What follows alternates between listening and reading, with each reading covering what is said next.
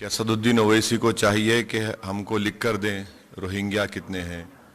भाई ये कब से होगा कि एक सदर मजलिस और पार्लियामेंट बैरिस्टर असदुद्दीन ओवैसी ने मरकजी वज़ीर दाखिला अमित शाह के इस बयान को मज़ाक़-ए-खैज़ करार दिया, जिसमें अमित शाह ने कहा था कि अगर हैदराबाद के रुकन पार्लियामेंट बैरिस्टर ओवैसी उन्हें मकतूब रवाना करें तो वो गैर कानूनी तौर पर मुकीम रोहिंग्या मुसलमानों के खिलाफ कार्रवाई करने के लिए तैयार है। बैरिस्टर ओवैसी ने कहा कि मुल्क की तारीख में पहली मर्तबा ऐसा देखा जा रहा है कि एक मरकजी वजीर को कोई भी इक़दाम लेने या कार्रवाई करने के लिए रुकन पार्लियामेंट का मकतूब दरकार है। क्या सदुद्दीन ओवैसी को चाहिए कि हमको लिख कर दें रोहिंग्या कितने हैं? भाई ये कब से होगा कि एक गृह मंत्री देश के एमपी से पूछकर एक्शन लेगा जो उनका काम है?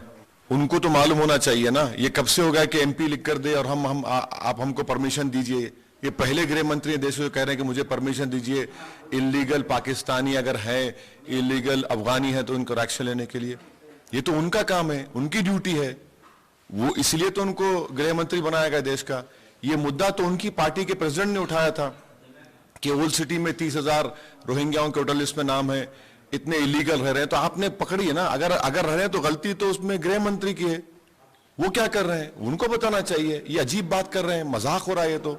When he said that they'll do a surgical strike in Old City, wherein illegal Pakistani, illegal Rohingyas are staying, he said there are 30,000 names of Rohingyas in the hotel list. So let the Home Minister react to it.